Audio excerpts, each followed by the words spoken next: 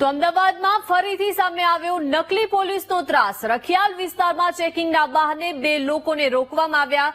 બેગમાં દારૂ લઈ જાઓ છો તેવું કહીને લૂંટ કરવામાં આવી છે। છરી મારીને સોનાની ચેન અને 11,000 રૂપિયા લૂંટી લીધા। પોલીસે ફરિયાદના આધારે હવે તપાસ હાથ ધરી છે।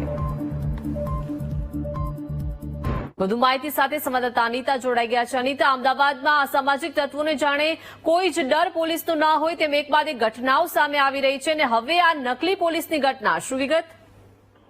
જી દીપિકા, જે પ્રકારે અમદાવાદમાં નકલી પોલીસનો ફરી એક વખત ત્રાસ ને આતંક સામે આવ્યો છે, જેમાં એક યુવકને તેની બેગમાં દારૂ લઈ જતા રહ્યા હોય તેવી વાત કરીને ચેકિંગના નામે નકલી પોલીસે છરી બતાવીને સોનાની ચેન અને 11,000ની રોકડની લૂંટ કરી છે।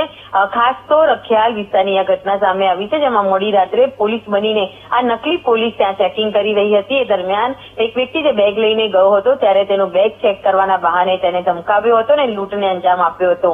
હાલ તો સમગ્ર મામલે રખિયાલ પોલીસે જે નકલી પોલીસ છે તે 2 વ્યક્તિઓ જે છે તેઓની વિરુદ્ધ હાલ ગુનો દાખલ કર્યો છે અને આજુબાજુના સીસીટીવી ફૂટેજ ચેક કરવામાં આવી રહ્યા છે। તો જે પ્રકારે સતત નકલી પોલીસ બનીને જે ચેકિંગના બહાને લૂંટના કિસ્સા વધી રહ્યા છે, જેને લઈને હાલ તો પોલીસે જુદી જુદી ટીમો બનાવી છે અને ફૂટેજના આધારે તપાસ શરૂ કરી છે।